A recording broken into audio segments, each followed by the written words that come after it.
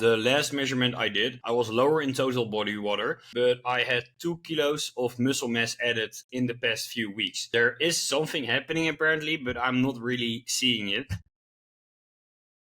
Welcome back, everyone, to a new episode 2 of House with Knowledge.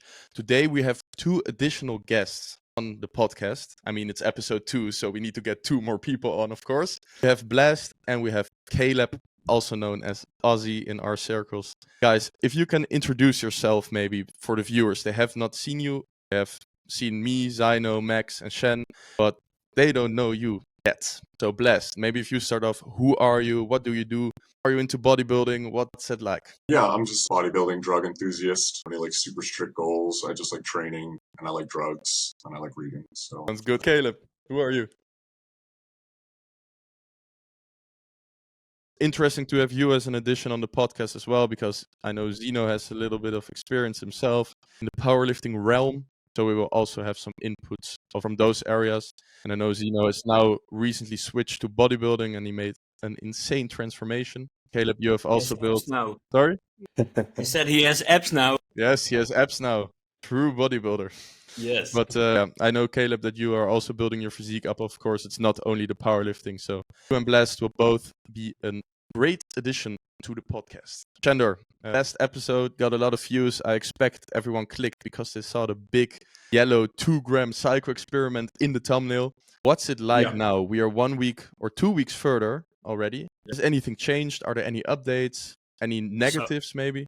So my resting heart rate jumped up by 10 BPM. It's still in the safe range, but it's something I noticed also during my trainings. My heart rate can really ramp up way more than before I did this amount of gear. My blood pressure is also still in range. It jumped up quite a bit, but it's still healthy, so nothing to worry about. Libido hasn't changed at all, so that was kind of weird because I thought when I'm on that much of anabolics, maybe it will go through the roof, but actually it's really stable. So mentally I'm feeling good as well. I only feel very unhealthy at some times. I do not know why, but I just feel like I shouldn't be doing this amount of shit. It just doesn't really feel healthy for me or so. Aside of that, the weight gain, there is not that much water retention. So I'm gaining like only 250 grams a week or so. So that's nothing too crazy either. My strength is going up just like when I cruised. So also that's not really changed anything. So I'm really curious how much I really can get out of this in comparison to, for example, a lower dosage blast. And have you changed the food? Did you go up in food? Is it still the same compared to 2 weeks ago? Anything changed there? I added 300 milliliters of orange juice a day, so that's a bit more calories because my appetite is whacked. So I'm on 5,250 calories now. Before I was on like 5,000-ish or so.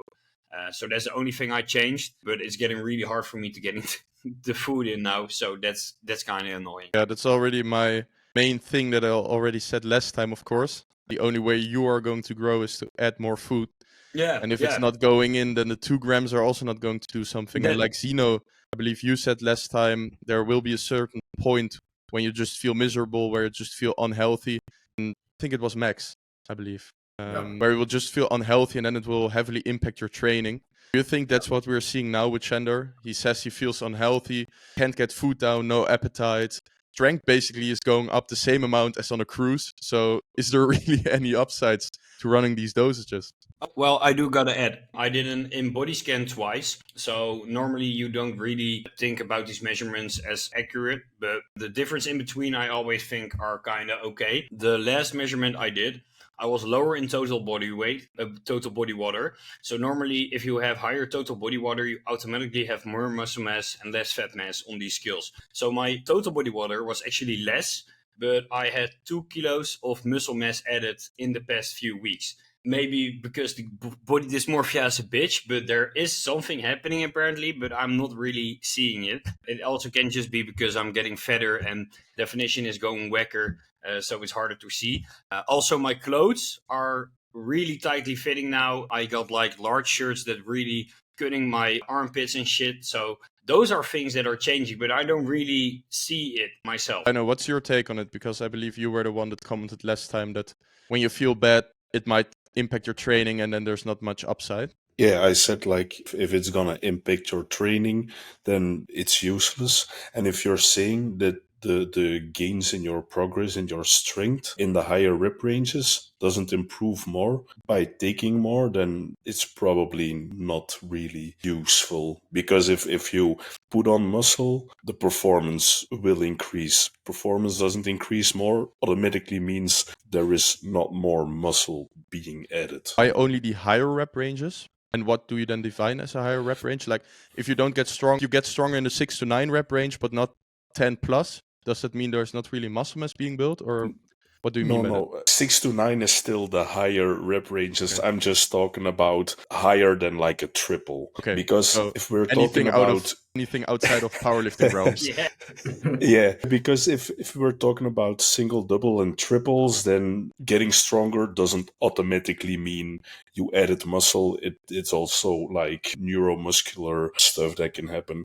But if you're like getting stronger in like 5+, let's say, probably you're bigger. Especially if you're in a caloric surplus. I mean, if it can happen during a for cut, sure. of course, and then strength is not an indication of muscle.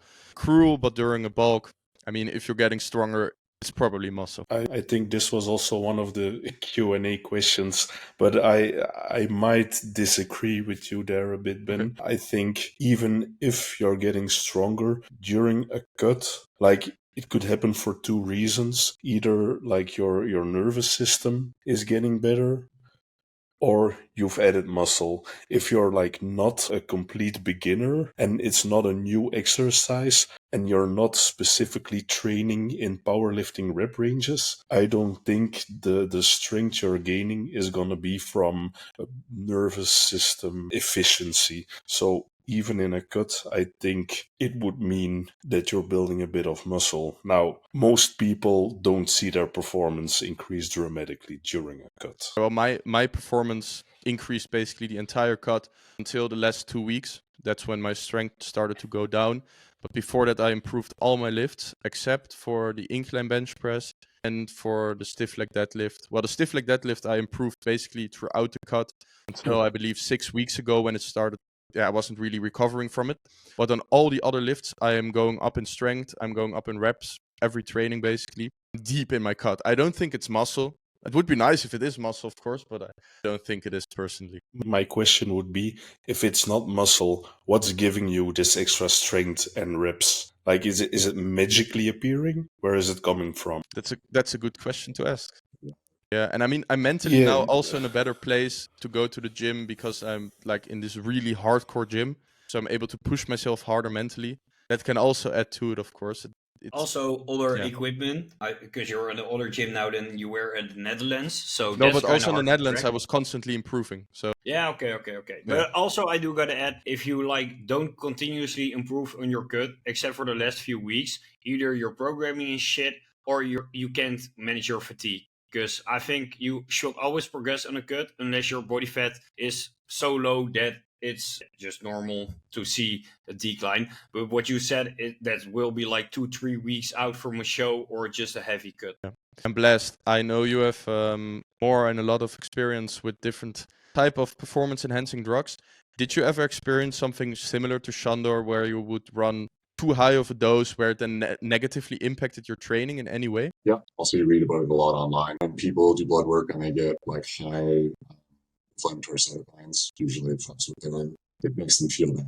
So I wanted to ask, have you done blood work? Have you checked your inflammatory markers, like at least your CRP, for example? I got blood work next week. I couldn't do it this week because I had to bring the kid to school and I couldn't eat my meal, so I will fuck up my whole meal timing. So that's what I mean with the appetite. So next week I will get bloods done, and that will be like 5 weeks or 6 weeks in. The plan also was to do bloods like during the blast, few weeks in, after a few weeks more. So I'm gonna see what they're gonna tell me. Another thing is like feeling like shit and not being able to eat. Those are usually they go together very often. And when people have elevated liver enzymes, they often feel like shit and they have trouble eating. And so that's normally associated with like oral usage, but it could also be injectable compound selection, and it could be total anabolic load because it all has to pass through the liver. Like everything gets filtered through the liver and kidneys eventually, even if it doesn't go first pass. And if you have, like, if your liver is just under too much load, and the cells are inflamed,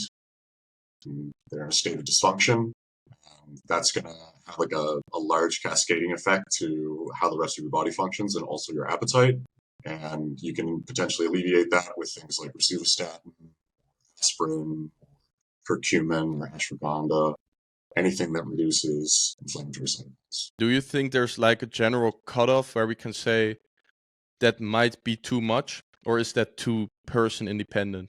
Or do you think we can generally say it's like 2-3 grams, and beyond that, it's probably for most people too much? Well, some people, they take like 25 milligrams of Anadrol and it just nukes their appetite and it nukes their AST and their ALT. And then other people can do like 150 milligrams of combined orals a week or even more. And their liver values can be within range and they have no appetite problems. And some people, they go up to 500, 600 milligrams and they get terrible side effects. Some people, they do like 100 milligrams of tren and they feel awful. Other people, it's not until they hit like 400, 500 milligrams of tren where they start having issues. So it's very, very individual. Well, to be honest, everyone who runs trend don't think they got issues. The world around them do. But bro, if I like take 60 milligrams of Anadrol like for a few days, I'm couch lock. I literally cannot walk from the.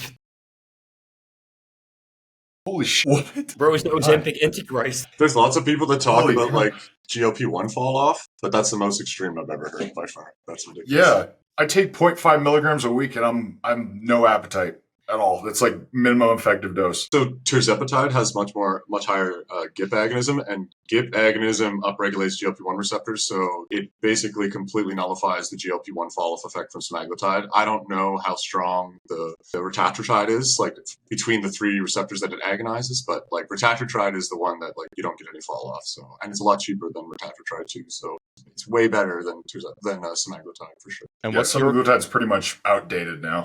Yeah. What's your guys' on the usage of semaglutide or other GLP-1s in bodybuilding? Because I have my own opinions on that. Do you think it's something that a real bodybuilder would take? Like, I personally think there's not really place for it because, I don't know, the entire bodybuilding is about the suffering, is about like getting there, fighting against your own mind. And I think that that's the only fun thing about bodybuilding, basically. Otherwise, there's not much left. Otherwise, you're just standing in tiny underpants on stage. Do you think that GLP-1 maybe takes away like the actual meaning of bodybuilding? Or do you think it's a great application to get through a cut or a prep? I think it's two ways, guys, because at the one hand, we're using drugs anyway. So what is one compound more? But at the other hand, what you're saying, like, Ozzy's gone. Ozzy's gone. But at the other hand, it makes it so easy, and the suffering is actually what like determines that you're a real bodybuilder. You can withstand all the temptations that will come in front of you. I personally don't really think it has a place in bodybuilding, even though it works like a charm, and we will be using other PEDs. But it's just that one part that makes bodybuilding that gets taken away then. So that's my opinion. And I'm personally also like, if you can do it with the least amount of drugs, that's probably the best way. And in the end, it's just about not eating. If you have like this clear goal in front of you and you have the actual discipline it takes to become a real bodybuilder, I think you will be able to handle prep fine. Maybe you will have some cheats here and there, but maybe they will occur on GLP-1 or on semaglutide as well. Feels wrong in a way for me personally, but Bless, I saw you doing okay. It's good. What's your view on it? I think that like traditionally the people that have succeeded as bodybuilders are the people that have like the highest level of dedication and are willing to suffer the most. And I think that you still need to have that personality type because you have to grind in the gym. You're not going to get huge if you're not.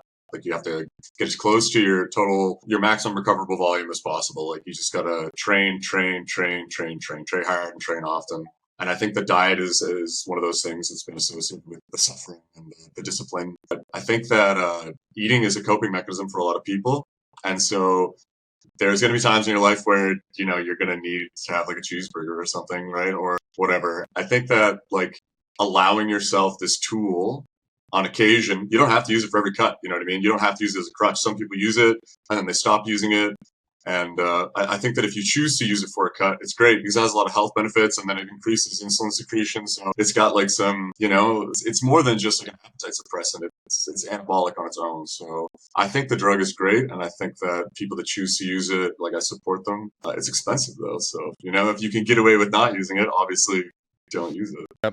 But as far as I know, it's not really used a lot within bodybuilding circles yet. Do you think that will rise in the next years, that people will be utilizing it more? Or do you think that people will actually just go the natural route that way? I definitely think it's going to be used quite a bit in the coming years. Yeah. For sure. Yeah, I reckon, dude. I think the Especially with same. like newer people coming into bodybuilding when it's already available to them and they haven't done 20 years of bodybuilding without it being available. Like, they're just going to see this new tool that, like, improves insulin sensitivity through helping insulin release. As Max said, if it does actually help with fatty liver disease, then it's going to improve liver markers. Even if that's just because of the cut itself or directly because of the drug, I'm not sure. But it sounds like it has a lot of health benefits. So saying that like doing it with the least amount of drugs possible doesn't really make sense when one of those drugs is actually more likely to increase your health as opposed to the other drugs that people are voluntarily using being more of a detriment to their health. It's like saying, well, I think you should do steroids, but without any of the blood pressure medications or the heart medications because the least drugs possible. But but they're really I also beneficial hold to the do view so. that you shouldn't take those if they're not necessary, because I think they can be mitigated in a lot of ways. If not necessary, sure. And I agree in that aspect with the GLP-1 agonists. Like, if you have the dedication and don't actually need it, don't waste your time using it. And all the people that have been doing it for like 20 years or so already, if they're not going to need it, then why would they use it? But if you think you need it, then I don't think it's something to be avoided. Yeah. And we've heard some names thrown around now: semaglutide, retatrutide, and tirzepatide, I think. Yeah. Yeah. Retatrutide, tirzepatide. What's the difference? Which one is better? Is there any difference? I think Ozempic is like the only one that works via 3 pathways, or So Ozempic is one pathway. semaglutide. That's the worst one. yeah, so semaglutide is Ozempic, tirzepatide is Mounjaro, and retatrutide obviously is just retatrutide because Eli Lilly hasn't, like, it'll be coming out in like 2026, I think, like actually as a medication for the general public to use. So yeah. Meanwhile, us. Yeah, and then we have peptide companies popping up, and they're just putting it out there. Yes, could you maybe quickly break down the difference between the three and which one you would prefer? Semaglutide was like the 3rd generation one, and it's the first weekly GLP-1. So it smokes liraglutide and duaglutide, the ones that people used to use, the daily injections. It's healthy for you, like GLP-1 agonism has lots of like health benefits and stuff like that, and it's very, very effective for fat loss. And at this point, so many people have used it, and everybody has had success with it, or everybody who's used pharma has had success with it. There's definitely people that have made claims that their UGL semaglutide was not as good, or it stopped working sooner. I don't know if I want to give full credibility to all of those claims, but some of them come from people that I trust. So there's some potential that the way that the injectable form of semaglutide made by UGLs is not as resistant to breakdown as the Ozempic version, the pharma Ozempic version. Tirzepatide is a dual GLP-1 GIP agonist. It has much stronger GIP agonism benefits than GLP-1 agonism benefits, but GIP agonism upregulates GLP-1 receptors. Tirzepatide doesn't have this fall-off effect that semaglutide has. A lot of people report that after a few weeks or a few months of using semaglutide, they have to keep increasing the dosage, and eventually it just doesn't work for them anymore. Tirzepatide, people don't have that issue. Also, there's a lot less nausea associated with tirzepatide. Tirzepatide is also like you get better weight loss results from tirzepatide than from semaglutide. I haven't seen the data for retatrutide, and I have only got like a handful of user reports, like people that I know personally that have used all 3 compounds, and most people like tirzepatide the best. In fact, I don't know a single person that likes retatrutide the best. Retatrutide on paper is very exciting, because the glucagon agonism, you're forcing the cells to give up their energy stores. So you're forcing adipose tissue to give up their fatty acids. And when you're in a deficit, your body is not producing. It wants to hold on to everything that it's got, right? Like it's gonna. So there's a balance there, right? So you're producing glucagon because you need to you need to give up energy stores in order to fuel the rest of your body. But your body at the same time is fighting to hold on to what it has because it doesn't have a surplus of energy. So when you're slamming your cells with an exogenous glucagon agonist, like you're breaking that balance that your body is trying to maintain. So you're forcing your cells to give up energy that they wouldn't normally want to give up. So retatrutide on paper looks like it could be the most effective, but like I haven't seen the comparison between retatrutide and tirzepatides. I think Max will be able to give it to us soon, I think, because he has used semaglutide and is now going to try tirzepatide and retatrutide, yeah. Exactly. So I have those. Thankfully, I have a research chemical company sponsor, so I get unlimited amounts of the shit. Thankfully. So I'll kind of try things at different doses. I don't know if anybody has ever tried stacking them before, but I might try that. Are there ways to raise GLP-1 naturally?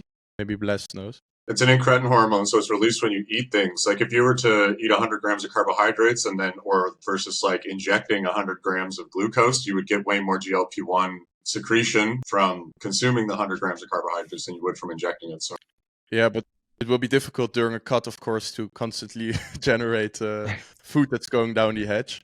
So I was more thinking in different ways. I saw a study about stevia, where they used stevia and that prickled some area on the tongue, and that would then raise GLP-1, but I think it was in mice. Interesting. I saw a SciShow video where they were talking about the satiating effects of artificial sweeteners, and he didn't talk about GLP-1 or incretin hormones, but that would make perfect sense that the way that they would cause satiety would be through incretin secretion. So that's interesting. I will send the study over when we're done. I was also talking with Max because I basically have no hunger, even on a cut. I'm really deep. I'm now doing a protein sparing modified fast, but I don't really have hunger. I'm just chilling and eating like a bit of meat here and there in some way, but I'm fine. So my theory was that maybe I have a bit more GLP-1 than other people. And Max asked, yeah, were you like extremely skinny back in the day? And I was. For me, it's harder to really eat a lot than to not eat. Same with a lot of people when they get sad, they start eating. I just don't eat.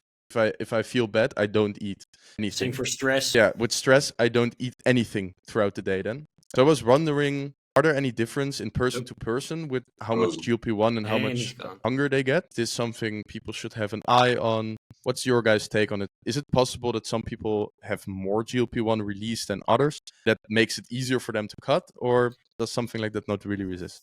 It's more to do with ghrelin secretion, right? Yeah, that's what I would think. It's more because of ghrelin and leptin.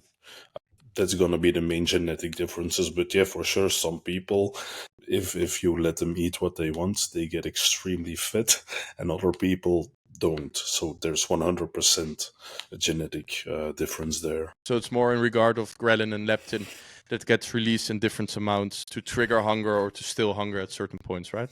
Yeah. I'm still curious though, like you have all these people now on Ozempic who shouldn't be on Ozempic, at least in the Netherlands, because there's a shortage and the people that really need it because they've got diabetes can't get to it. But the problem is they're fixing the issue that they're overweight, but they're not fixing their view towards food. So I'm really curious if all these people that are now on Ozempic will eventually stop, how much weight will they gain? Because they did a study on it and some people just gained 80% of their weight back. So, like, the problem is still the people still view food as an emotional thing. So I'm really curious what the bounce back will be in a few years, for example, when all the people that had Ozempic, like from doctor's prescription or even illegal, if they will have to take it their whole life. The same goes for you now, Max, because you have these underlying binge eating problems. Now you're not really falling into them because you're not hungry, or if you start to binge eat, you basically get nauseous. Are you working on fixing the binge issue as well? Or is it just taking the drug and hoping it doesn't come back? No. So basically, when I first got on, when I got on semaglutide, I also got on Vyvanse at the same time. So it is not just semaglutide that's nuking my appetite. It's also Vyvanse. But during that time, I actually went, so when I first started, it was probably about 2 weeks in, I was actually still binging. So while I was on these medications, and I actually had to kind of like get my mind in check. I don't know kind of how it really like happened. I got on like a structured meal plan, and that's what helped me. Like I need structure, like no matter what, like 5 meals a day, I need to do that. It's just something I need to do. And the binges completely stopped after that. And I was staying on the same dose of the medication, which is 0.5 milligrams a week for the semaglutide. So I think structure is something a lot of people lack, though, because a lot of my clients, I just give them a meal plan based on their work schedule. And I think some people don't eat breakfast, for example. Their blood glucose just lowers. What happens? They get cravings for like sweet stuff, sugary stuff to get that fast energy back. And what I noticed is when I just give someone a meal plan, they don't tend to grab for the easy snacks. When they just meal prep, they have everything in check and it's actually no issue. They lose weight without even suffering. So I think structure is a really big thing here that a lot of people lack. And the problem is sometimes people have like very hard jobs where you can maintain food structure, but I still think you should have like a few meals a day. You just eat every day just to get that satiety going, get that filling of the stomach and shit. So yeah, I think that is a very important thing people lack most. Yep. And Caleb, we haven't heard a lot from you yet. You were obese or overweight, I think, before you started your entire journey. Yeah. What was it like for you? Was it easy to get rid of that weight? Were there underlying mental issues that made you gain that weight and that were hard to overcome to then go down? What was it like for you? Or did you just do a cut to get rid of all the weight and then started going into powerlifting? I didn't just do a cut to do it because I knew nothing about nutrition prior to when I first started tracking food. But I think I stepped on the scales and it was 103, 104 kilos, which was only just in the obesity range for my height at 178 centimeters. But like literally that night, I spent as much time as I could just Googling what the fuck a calorie was and everything that was needed in terms of macros. And I think the very next day I just started at default 1800 calories, which was probably way too low for my body weight at the time. But I was pretty sedentary. And so for 8 months, I just cut on the 1800 and didn't add in any exercise at that point. It was all just diet. And then I cut down to 82, so I lost 21 kilos. And then after those 8 months is when I'm like, I should probably go to the gym. So started going to the gym and that kind of increased the fuck out of my hunger. So I actually ended up going back up to like 90 kilos for a bit. But those 8 months plus the 6 months of training where I'd gone back up to 90 kilos taught me a lot about diet. So I managed to actually create a meal plan for myself and cut down to 73 kilos.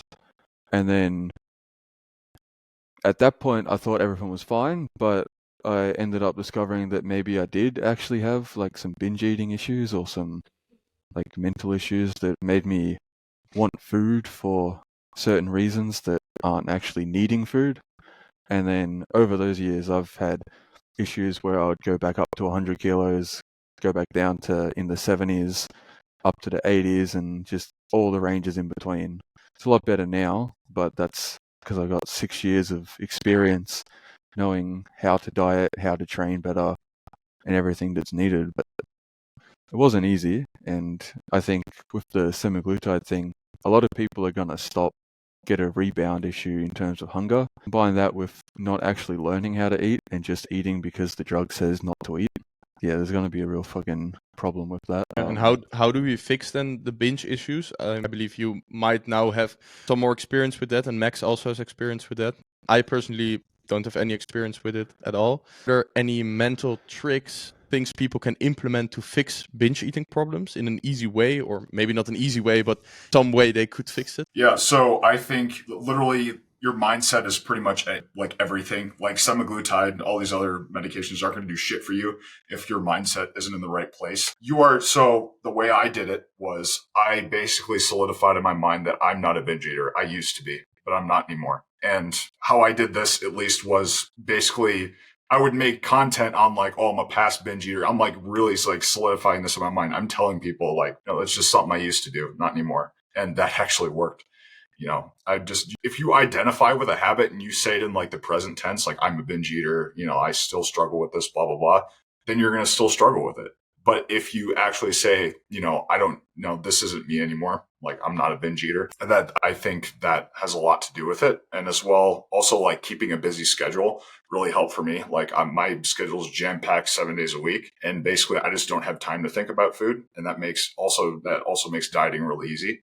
So in regards to that, because if you're bored, your brain's going to search for the easiest thing and whatever dopamine it can get, which is at the time food. So just don't give yourself time to even think about food as well. And Caleb, what did you do to fix it? My first fix was pretty much doing all the shit that Greg Doucette does in terms of the low calorie but really high volume shit. So there was like a 6 to 8 month period, maybe 2 years ago, where I would make that really fluffy ice cream shit, like the protein ice cream.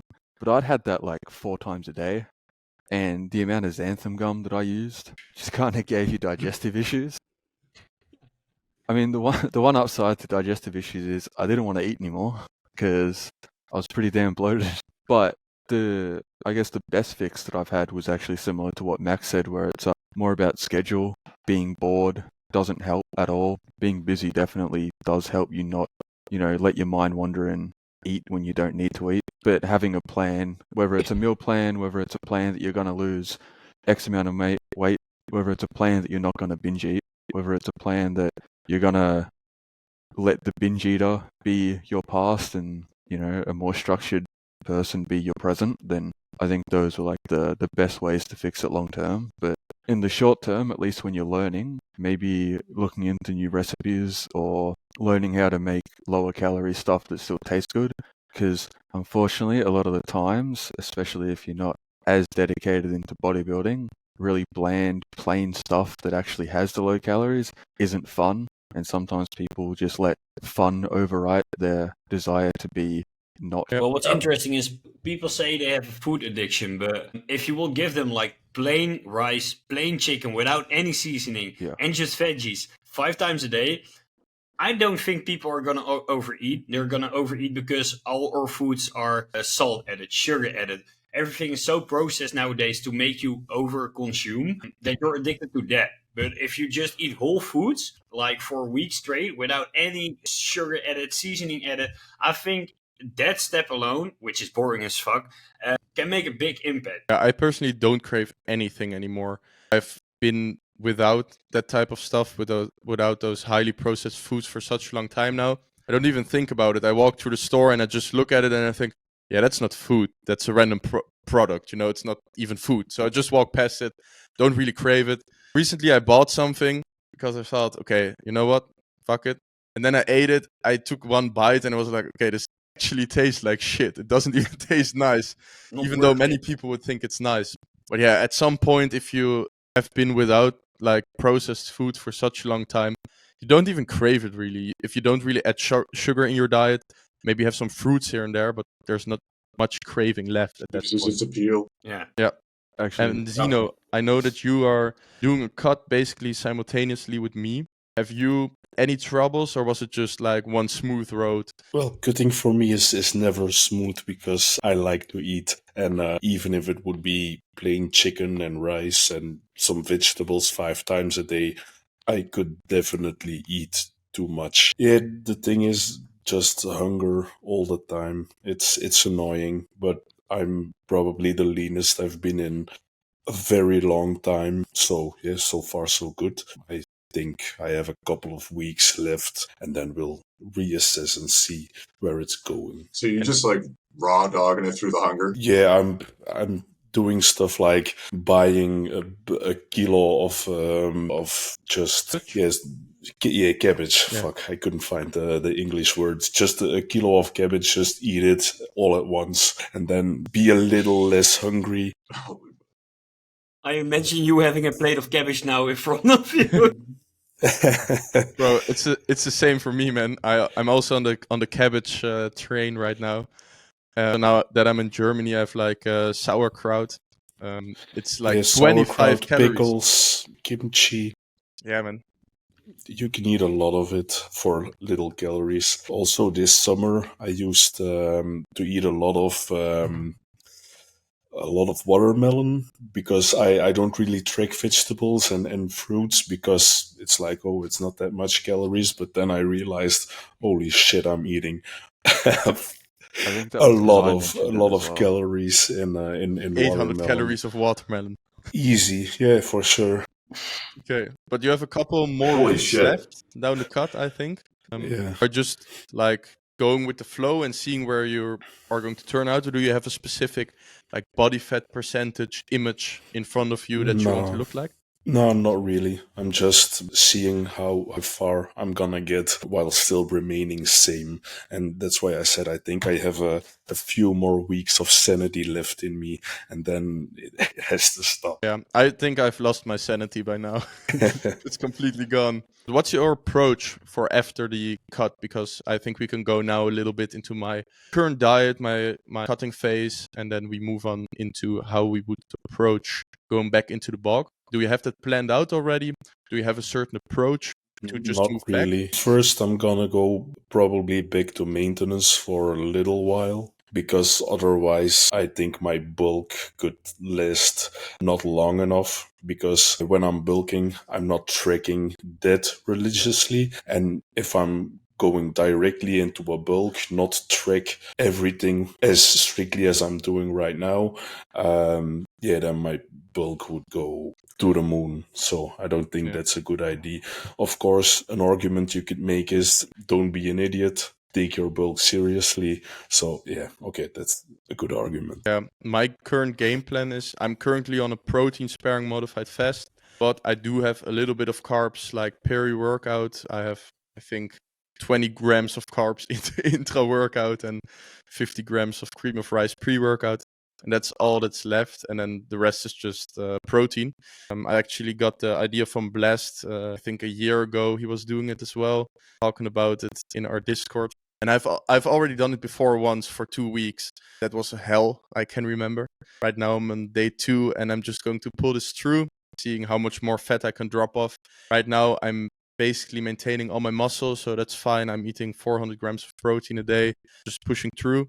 Cardio is still up there, steps are still up there, just grinding and grinding. And then after this week, I'm going to try out the peak week protocol. I think Shandor might help me with that to experiment around a little bit. And then we see what I can present. I'm not going down to body fat levels of a bodybuilding competition, because that would just be a waste. I think at those body fat percentages, I will lose a little bit of muscle mass, and it's not really worth it for me in the long run. The recovery time is also quite high, so you're just throwing away weeks. Exactly, because right now I think I can perfectly go straight from the cut back into a bulk without really having too much fatigue. I think adding in the calories will basically fix all the fatigue I have.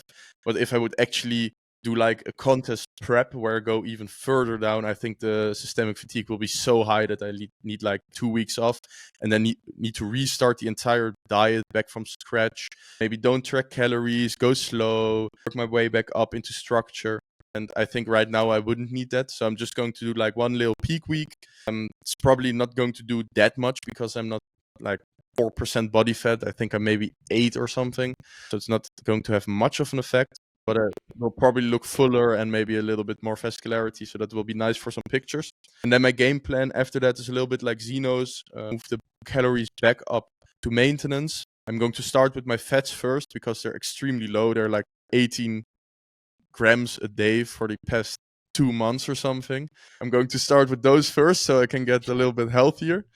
And after that, I keep my protein at 400 and then I just ramp up the carbs until I'm back at maintenance. And then we go from there. I don't know if anyone has any input on that, if they would do the approach differently going back into a bulk. You do added fats? Is that 18 grams of added fat, or is that 18 grams of fat total? Yeah. My gosh. That's low.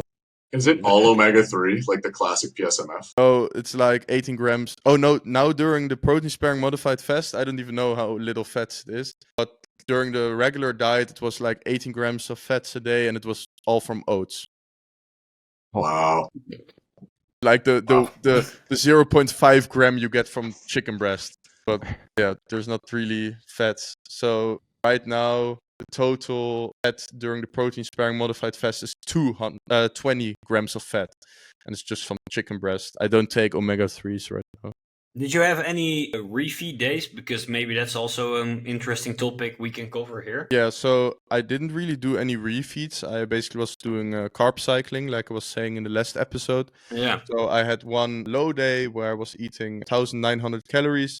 Then I have one medium day where I was eating 2,300 calories at the end.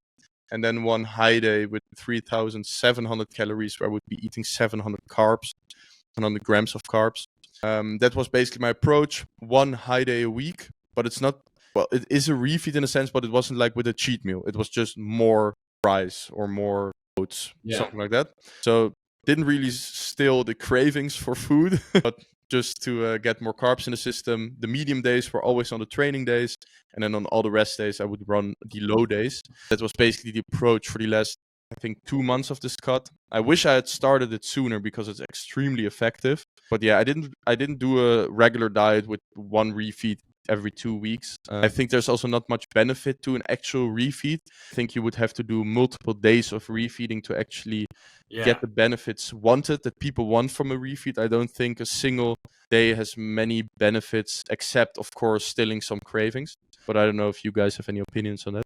It also depends on how long you're dieting, but like in all studies where refeeds have shown to be good for you, they have done it for a week or so. They saw that they placed 2 groups into a deficit under extreme circumstances as well. So like deprived from sleep, really low calories. One group had a diet break and one didn't, and they all had the same amount of weight loss, or at least all made the same progress. Only the refeed group also had their test production and their thyroid production all up like it was at the beginning of the study, and the others, their whole test production and their whole thyroid production crashed to the ground. Was it a 1 day refeed or an entire week of refeed? An entire week of refeed. Okay, exactly. Yeah, that was my point. That at longer durations, maybe 2, 3, 4 days of refeeding, then you will actually get benefits also in your metabolism, speeding that up. But many people do like a 1 day refeed or a 1 day, one cheat meal to say, I'm going to speed up my metabolism and have a refeed, but that's not doing much, I think. Also, a cheat meal is mostly like added fats, but refeed only really works if like the amount added is carbs, because carbs stimulate the thyroid production the most of them all. So just having like a cheat meal like burgers and fries isn't gonna do that much for you. Yeah, it's just psychological. I mean, some people do better, straight just white knuckling it through the entire, 12 to 16 weeks. And then some people, the refeed day with the cheat meal really works well. That's what I work well on is, that, I can easily stick through a diet if I just have, the psychological benefit of, there's this high day at the end of the week, Anyone else has any inputs on the maybe high days or the refeeds? Whenever I did like a regular refeed just once a week, or at a certain point it was once every fortnight, it was really only psychological as well. Like just looking forward to that day where I can make some giant fucking meal. But at that time, I was with a coach with the intent of bodybuilding, because I was actually planning on doing a bodybuilding in 2020, but I didn't actually end up being able to do that one. The refeed was planned by him, so when I did those ones and they were planned and they had like macros set for them, it was a good psychological benefit, but also didn't really affect my progress. But whenever I tried to do it myself and it wasn't as planned, it'd be like a pizza or fucking Macca's or some shit like that. And then the following days were just really hard to get straight back into the diet. So like there's a balance you have to do if you're going to do a refeed or a cheat meal. Is it going to benefit you in the long run, or is it going to fuck you up for the next few days? And so for some people, that's why I'm doing like these high days with straight up normal carbs, and I do have some candy in there because otherwise I wouldn't be able to get so much carbs down basically.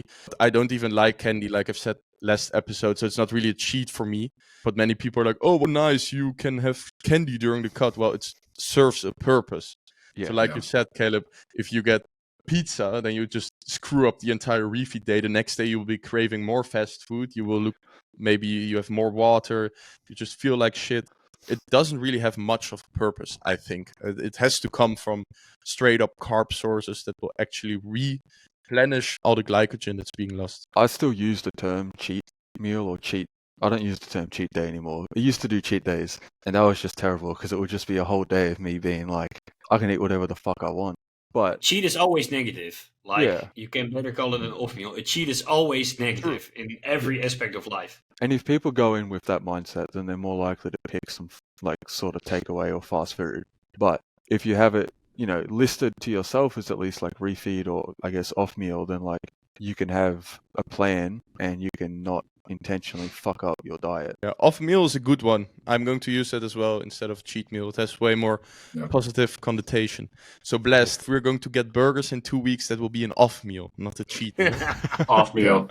Fuck yeah. I'm stoked for it. Also, people, I call it a free meal. It's like basically like, oh, I want to go out with my friends. I want to go out with my girlfriend for, go out to eat, have something nice, and be, just have the social pleasure, and not have to eat, another thing of steak and rice. It's not really a cheat. It's like an off meal, exactly. Yeah. I'm looking forward to it though.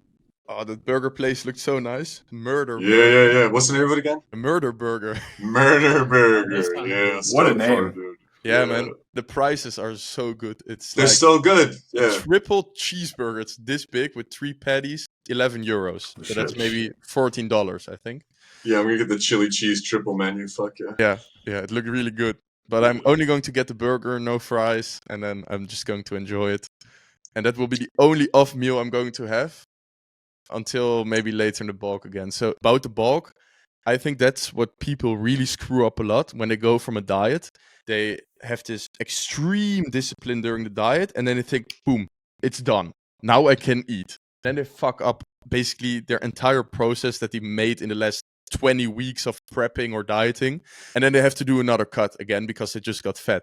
And I am already noticing it mentally that I'm like, oh nice, I can eat again. But it's not true. I will have to stick to the exact diet, the exact same foods. I can just tediously increase my fats a little bit and tediously increase my carbs a little bit over the weeks. And I think that's where most people and most bodybuilders screw up. But that's also the hardest part because yes, cutting is hard because you're hungry. Imagine after being hungry, you are still have to eat the same amount of food and then just go up slowly over the week. Still don't allow yourself any off meals. Maybe only on the night after the show, like one off meal. But the rest has to be structured with the same diet going back up. And I think that's the hardest part that everyone screws up. it definitely is. I think this will be the first time that I'm actually going to pull it off splendidly because I live for the first time at my own place. So I don't have any other foods except the bodybuilding foods. That's also a main reason why I'm not cheating anymore. It's so easy then because I'm in my home and I'm like, oh, I'm hungry.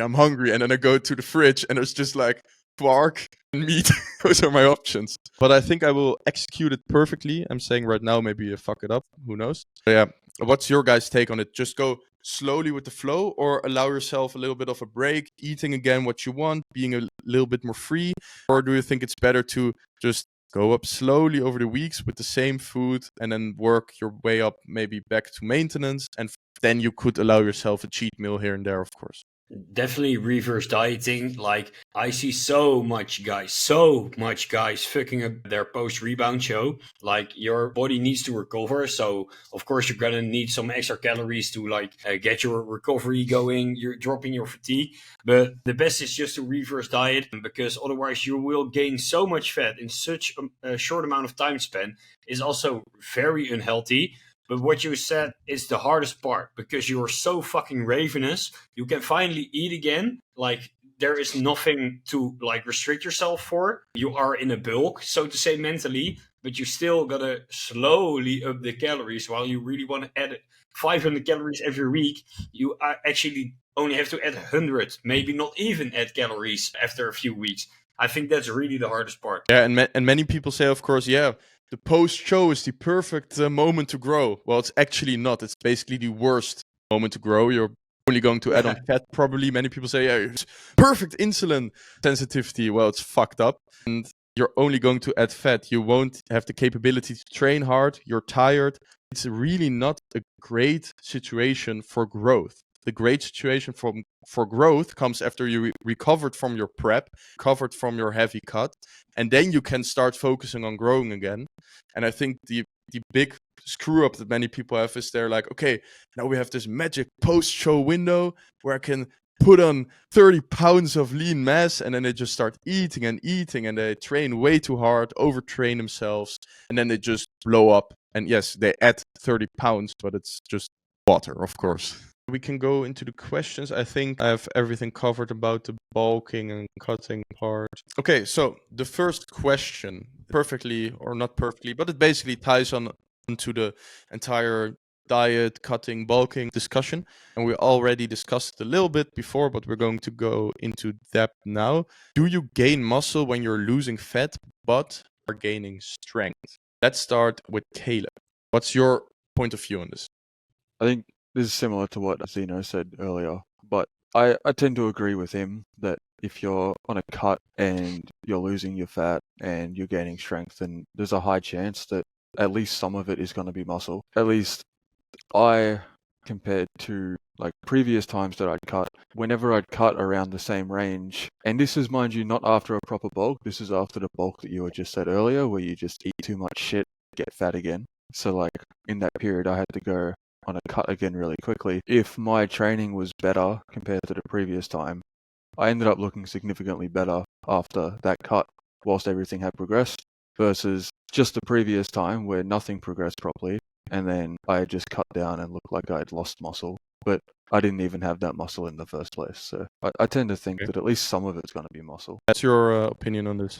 I think it depends on the person, it depends on the drug load, it depends on the training and the diet.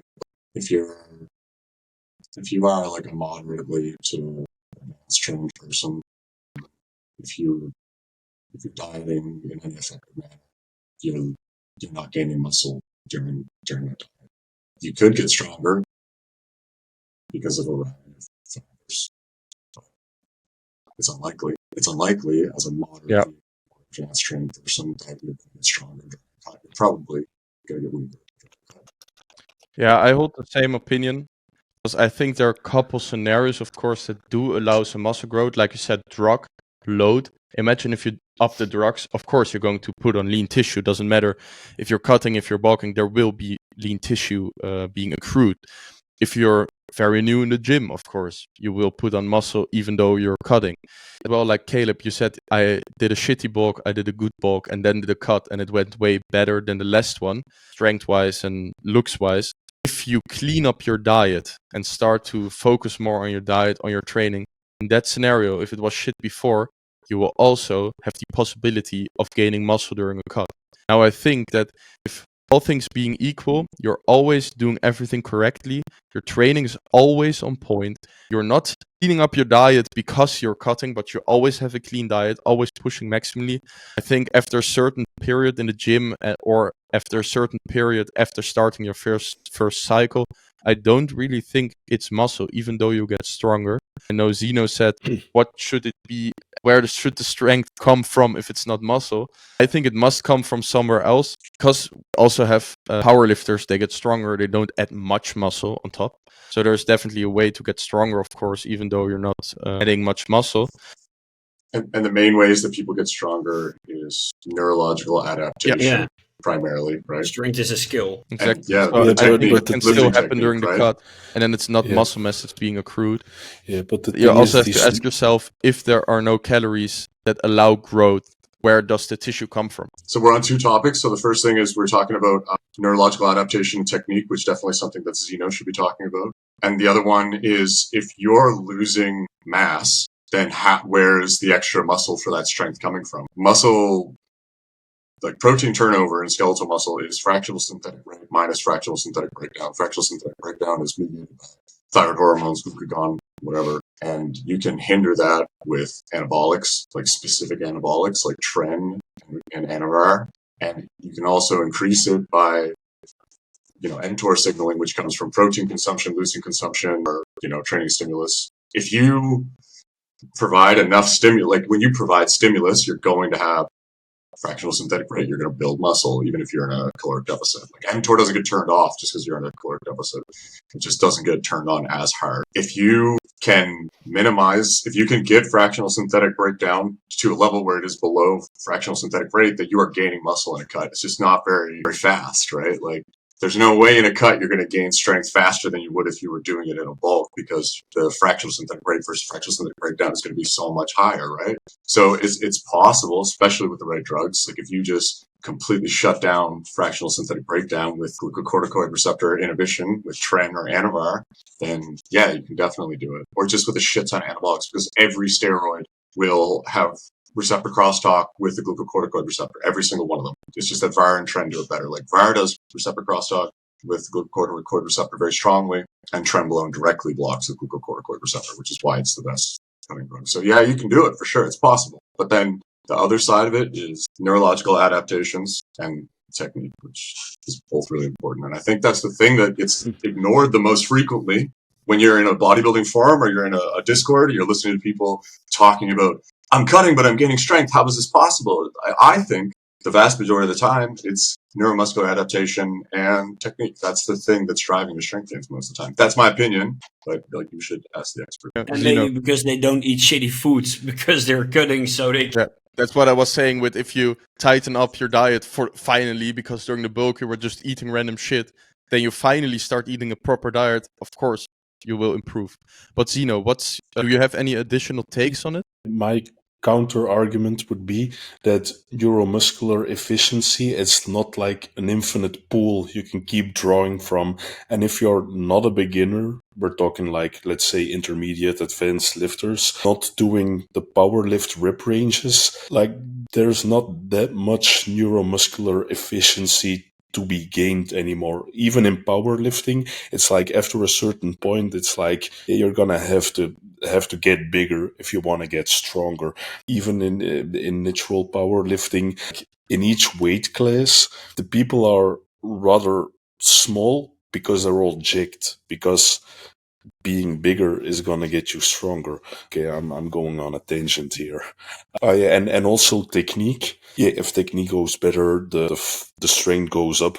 But again, we're not talking about beginners. For training, talking about intermediate to advanced lifters, we're gonna assume their technique is already good, like starting week 1. Now, I agree with Blast. It's unlikely, but I'd say it's also maybe unlikely that your strength like really shoots up in a cut. I think when you get to the advanced level, I think you would be happy to just be able to maintain your strength in a cut. Yeah, and that should always be the primary focus, of course, because we're not expecting but I think strength gain. Yeah. If you're not new to a lift, of course, if you add a new lift in your routine and you make progress, of course, it's gonna be like getting used to the lift. But if you're doing something that you've been doing for years and you're getting stronger in a cut, I mean, I'm gonna assume there's gonna be some muscle being grown in a cut. Anyone else has anything to add to this question? Then I will make the conclusion. It could be muscle. It might not be muscle. Probably it's not muscle. And in the end, we won't really know if it's muscle, and it doesn't really matter. As long as the strength is being maintained and is not heavily dropping, we know that we're at least not losing massive amounts of muscle. Yeah. I think the only scenario where we can be for sure that we are gaining muscles during a bulk, where then everything is being done correctly, then we know it's muscle that's being gained. If our body weight is going up, if the strength is going up, we eat the right stuff, we train the right way, we give the right stimulus, then we know it must be muscle in some way or form or amount. I think the question if you are gaining muscle, if you're getting stronger during a cut, does the conclusion really matter? I mean, in the end, you're probably not. You might be a little bit, but it's not like big amounts of muscle. There's a reason we bulk. There's a reason we cut. We're not trying to get massive during a cut. That's what the bulk is for. Yeah. I think it's important to add, like, if the opposite happens, like you're losing strength on a cut, then it's probably gonna be lost muscle. Exactly. So the conclusion doesn't matter. Just push it because you don't want to be losing strength. Yeah, and important is then to just be mentally there, because if you go into the gym and think, I'm cutting, I'm going to lose strength, you will lose strength and then you will lose muscle. So you have to go into each and every session with the goal to keep up the same stimulus that you delivered last time.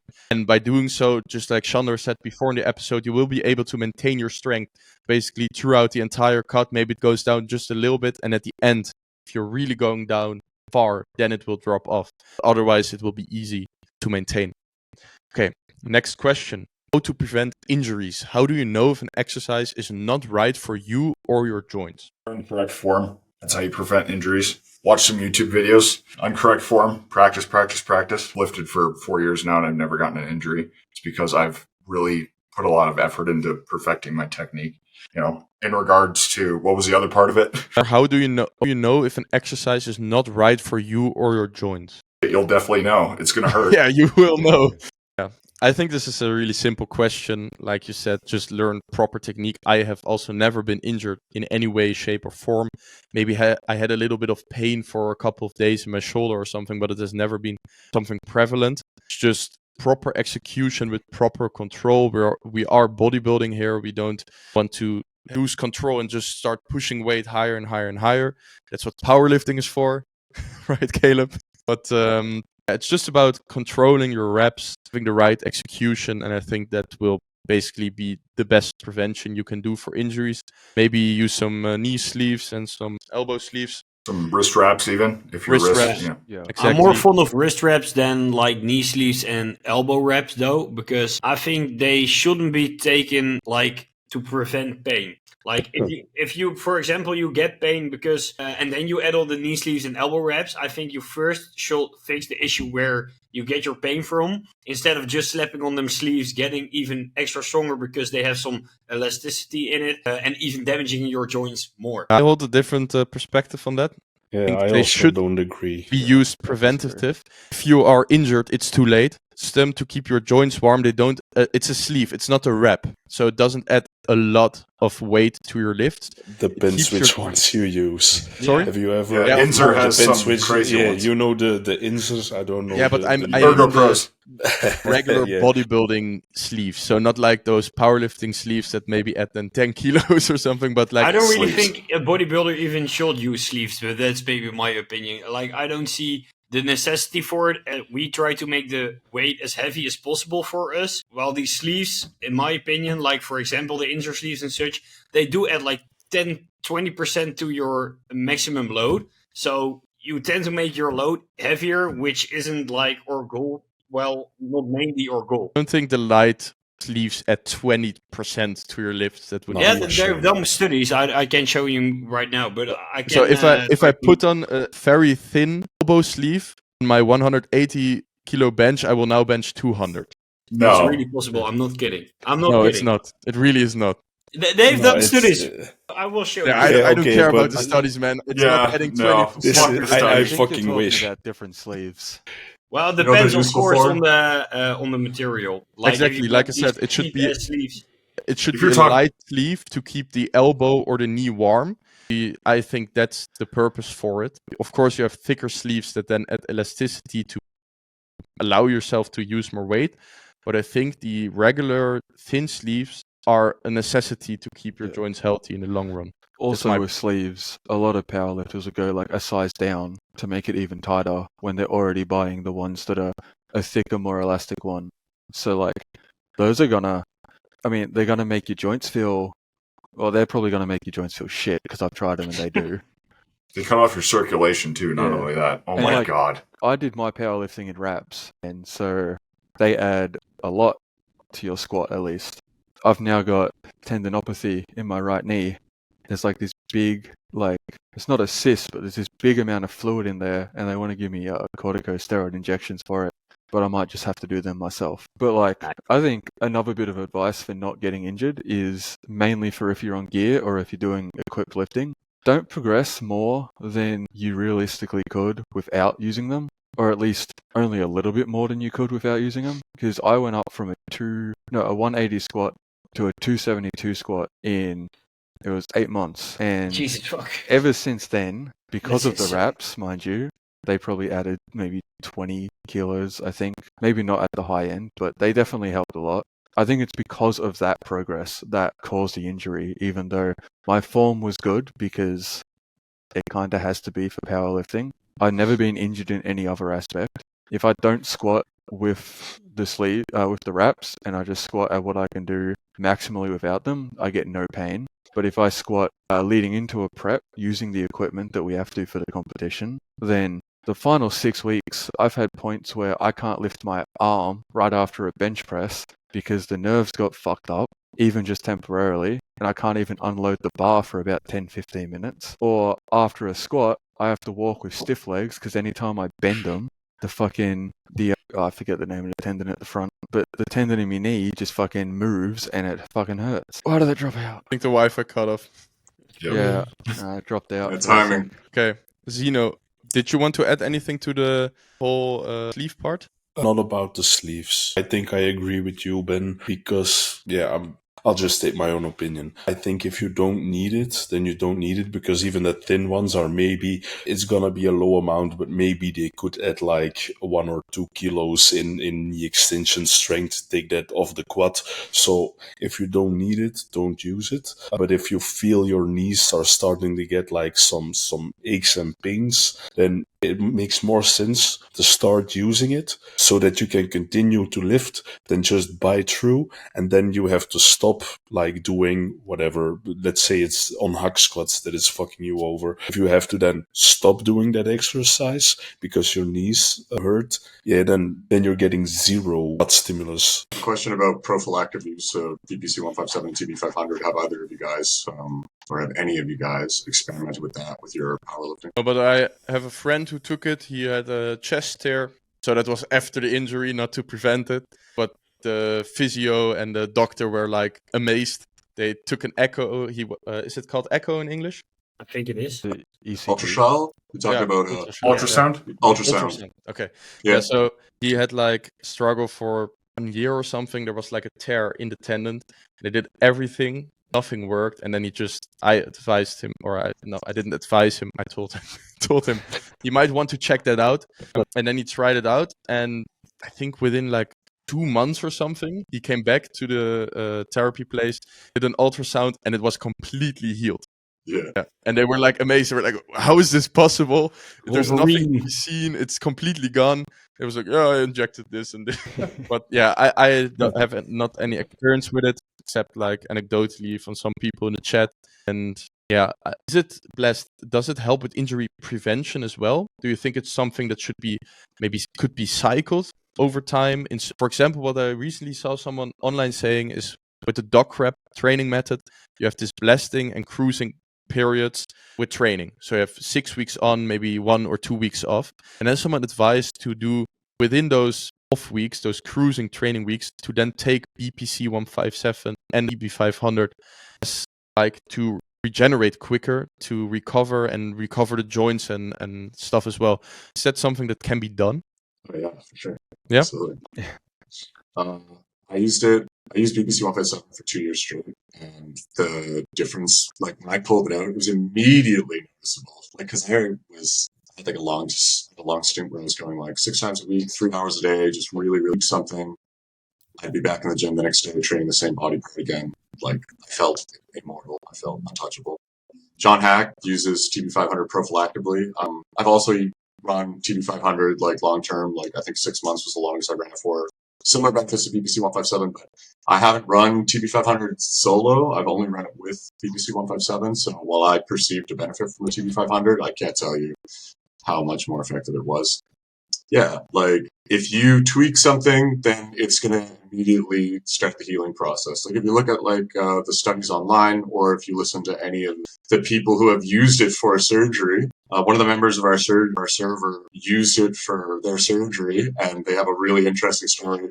I'm not going to tell the story because maybe they'll come on the podcast at some point and tell it for everybody, but they shocked the medical staff when they came in for the review after the surgery. Absolutely shocked them. They were like, "No, this is the wrong chart." And it has so many interesting pathways it works through. It covers basically all recovery pathways. It lowers inflammation, increases the endothelial growth factor. So you basically get like vein growth, like tiny veins on places, especially if you then, that's the most ways it's used, of course, inject at the site of the injury. You will get like systemic recovery on that specific place. It causes more nitric oxide production to increase the blood flow to the place. So you have more vein growth, maybe in half dead tissue, like wound tissue after surgery, for example. You bring back vein growth, then increase the nitric oxide to then give more blood flow to that place. And on top of that, it already reduces systemic inflammation and also inflammation on that spot. So you basically create this perfect scenario for recovery. At least that's what it seems like to do. It modifies fibroblast activity. Yeah, so there's this one study. So they do a lot of rat studies with BPC, but there's this one where I always forget the name of the muscle, but it's like the Achilles tendon for a rat. I believe it was 100 rats, and they cut the Achilles tendon, and then they gave half of them, I think it was like 40% of them, they gave saline, and then the rest of them, they gave the BPC 157, and then they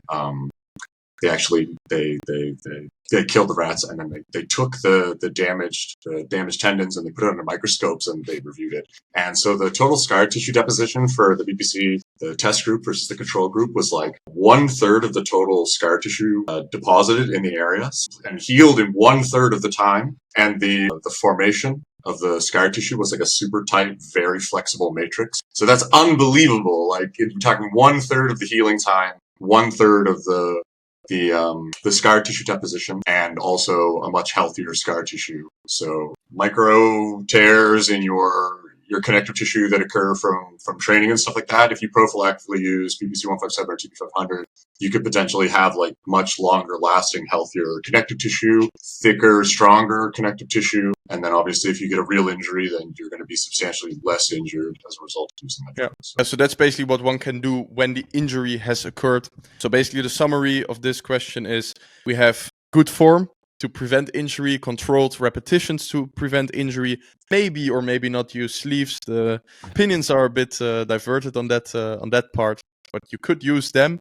And then if injuries arise, always, of course, go the normal route first. But if you have like serious injuries or are already enhanced, it might be useful to also have a look into BPC 157.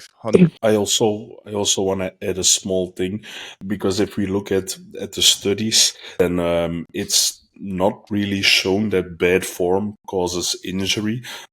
There is absolutely no proof that this happens. These are some of the studies that I think are relevant and should be trusted. It's more about fatigue management, repetitive strain injuries, and just not training like an idiot. And I don't mean like the form you use, but like your split. Like if you do way too much, way too often, use more weight than you can handle, you're gonna get injured. But even some people set world records with some forms that are not ideal. Some people look at it and they say, oh, they're gonna have a hernia or this or that, but they're still around.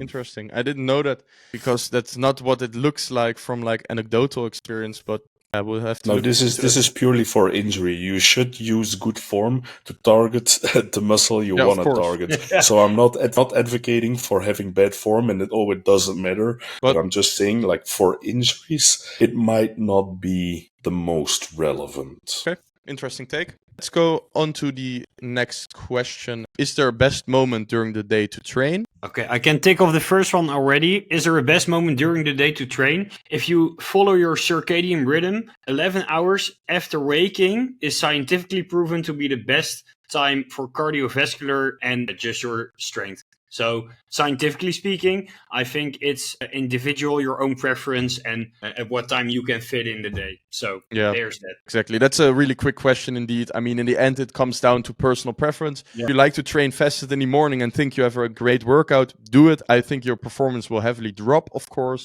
But if you like that, be my guest. Or if you're not able to do anything else, don't feel bad because you have to train at 6 a.m. on a fasted stomach. I think there's a lot of studies out there that basically show the perfect training window being somewhere later in the day. Of course, not too late to then hinder sleep, but it's a really short question. But I think we can perfectly then hook that up to the how to improve sleep, since training late in the day will have an impact on your sleep. So guys, how do we improve sleep with some short answers? Not the entire sleep maximizing, but just if everyone could maybe give one tip to the viewer on how to improve sleep. Dark room or sleep mask. Okay, Caleb? Honestly, I need these tips myself. Okay. But we will then just listen. No, I have found that like L-theanine helps quite a bit, and to an extent melatonin, but I've never used the instant release one. I've only ever used extended release melatonin, so I always tend to wake up groggy as fuck in the morning. So whether it improves my sleep, I can't really tell until like 3 or 4 hours after I'm already awake, and by that point I've already started work and doesn't feel like it's off to a good start. Max? Yeah, chill out on the stimulants, and I'm also talking to myself on that. If you go to the gym, you probably either take caffeine or pre-workout in the morning or whenever you go work out. If you're working out later in the day, I would say don't take caffeine at all as well. And if you're working out in the morning, have like some kind of caffeine cutoff point. I'd say mine is like 12 or else because it is immediately noticeable my quality of sleep if I took 200 milligrams of caffeine at 9 a.m. or if I took 200 milligrams of caffeine like way later in the day, like 12, 1, it's like it will nuke my sleep for the night. So yeah, take less caffeine or the minimum effective dose that you need to get through your workout. And that's it. That's it. Yeah. Blessed? Don't eat too close to bedtime. Does two things. First off, once your growth hormone spike because you're producing insulin, and insulin's kind of hormone to growth hormone, not good for gains. The other one is that food that you eat needs to be metabolized. And metabolizing food produces energy in the form of heat or whatever else. And it's going to agitate you. It's going to make it harder to sleep. Do you have any tips for what someone should eat if they eat? Because at some point during a bulk, we're basically forced to eat within a certain window before going to sleep. Otherwise, you're not going to get the calories in. You can handle a casein shake, go for casein. I don't really like the consistency. Casein, like protein does not vary. Your body does not want to turn protein into glucose in order to use it for energy. It doesn't. Protein is getting broken down into amino acids and getting utilized to build lean tissue. So also, a tiny bit of carbs can be taken to improve L-tryptophan, from what I've read. Yeah. I will take something like a kiwi because those are already tend to be good for your sleep quality. And just a few bits of carbs before bedtime could at least increase your L-tryptophan. I don't know the exact numbers, so that could improve your sleep. Yeah, carbs pre-bed do show to improve sleep quality. But then, of course, don't have fast carbs and huge amounts of carbs. No. But yeah, carbs do have a lethargic effect. Zeno, what is your sleep tip number one? I have so many because sleep is not something. Do not get something I'm kids. struggling. That's a good don't one. get a kid. It's not good for sleep. I think routine. Try to go to bed at the same hour every day. Don't be like, oh, now it's Friday or Saturday, it's weekend, let's do something, stay up till 4 or something. Try to keep it consistent because, that's just gonna improve sleep quality because it's just how your circadian rhythm works. I know it's not always easy, but try. Jumping off the back of that, actually, don't get a job that has rotating shift hours. Because, well, for sure. I mean... Yeah, but that's those are things that we can't really influence. Like the kid part, the shift work, that stuff that's just there. I mean, you do get the Don't choose get your kids, job, dude. and you do get to choose if you impregnate a chick, so... Yeah. You could choose your It's a career choice, too. of course, but most people will have it at some point in their life. So that's stuff out of our influence. We always should look at things we could influence. If you can influence it, don't get shift work. Sure. How bad do you want it, bro? Do you want kids or a bodybuilding lifestyle? Yeah. Do you want a job or do you want to just sleep on time? It's your battle. Okay, well, I will hook on a little bit on what Zeno said. We have the routine part, but what really helped me is get that fixed sleeping time, but then really tell myself, I'm putting away my phone, I'm putting away my work, and it's now sleep time. So you really need to allow yourself to get this clear switch of have no phone in bed. It's a phone-free zone. That's something I recently incorporated. The bed is for sleeping, nothing else. Maybe for some things else, but only for sleeping, of course. But you keep away your phone. Now it's already past most of our bedtimes, but let's say it's 10 o'clock. That for me, I have a meal prep box where I put my phone in and I put it away. It's 10 o'clock. Then I go to bed. Maybe I drink something. Then I read something. And I get into this headspace of it's now sleeping time. And that perfectly lines then up with eliminating screens, which then reduce your melatonin production. And I think that's perfectly fits into Zeno's tip as well. So what really helped me was the sleep mask, and the sleep mask helped because it forces me not to use my phone. Yeah, that's a good one. You're not going to lay in bed with the sleep mask on, scrolling on your phone. Peeking under it, looking at the phone. Indeed, that's something I had as well. I always pull something over my eyes, and you will have to put it on at some point. So you can't start laying in bed with the phone because when will be the point that you put on that mask? So you just create a scenario for yourself where it's, if I go under the blanket, I pull this mask on and then it's over. So that's also a really good tip. So to sum it all up, we have don't eat too close to bed. And if you eat, go for like a casein option, maybe go for some quark, some slower digesting protein. Adding carbs on top can help, but this is something that you should experiment with. Then we have the supplementation of L-theanine and melatonin. I personally would go here for a combination of 5-HTP, L-tryptophan, pantothenic acid, L-theanine, and probably forgetting one, 5P. Just giving yourself the building blocks for melatonin will be, in my opinion, way better than straight up supplementing melatonin. Because during the night you will just start waking up most of the times if you have melatonin, or you will wake up groggy. So I think it's better to build a structure to basically increase your serotonin production and then increase melatonin down the line. I think that's way more effective. Max, did you already give a tip? Yeah, cut out all stimulants after 12 and exactly. easy on the caffeine in the mornings. Yeah, don't take a ton of pre-workout. Stimulants, exactly. I think here you can go maybe to 3 p.m. where you still have a little bit of caffeine and it should be safe. But after that, it's going to get a bit iffy, I think. Because ephedrine is like, if you're a caffeine user in the gym and you want to work out after work, you can't use caffeine, but you can use ephedrine because it has such a short half-life. You'll be out of your system, you can sleep. Yeah. But now they're banning it everywhere. The half-life for caffeine really varies, I think, from person to person. Yeah, you have slow and fast metabolizers, but I'm the same as Max. If I drink, like my cutoff is like 12:30 maximum, but if I drink caffeine after that, it's really noticeable, and even 12:30 is like that's pushing it for me as well. Yeah. So if you want to take a stimulant, go for a short half-life, like how do you say it? I forgot the name. I say ephedrine. I don't know if that's correct. Ephedrine. Yeah, exactly. Yeah, I forgot the name. I'm sleepy. Talking about all the sleep stuff. So go for a shorter half-life. Don't take caffeine. If you take it before maybe 3 p.m. and look what your personal half-life is based on if you get proper sleep. Like Max and Zeno, they have to take it at before 12:30, otherwise they directly notice an impact. I think I've covered now the summary of everyone's tips, right? Yeah. Okay. I think this is, again, the perfect end because we're ending with sleep and most of us have to go to sleep. So yeah, let's call it. Going to sleep. So, yeah. It's funny. Last time it was also the perfect ending with the sleep part.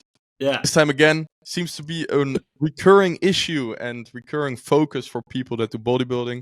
Sleep is in the end the most important thing for growth. If you're missing it, you're not going to grow. You're going to get fat. You can't really get around it with more drugs or more food. So everyone should get their sleep in. I want to thank you all again for coming in to talk. We have way more people than last time, 6 people talking.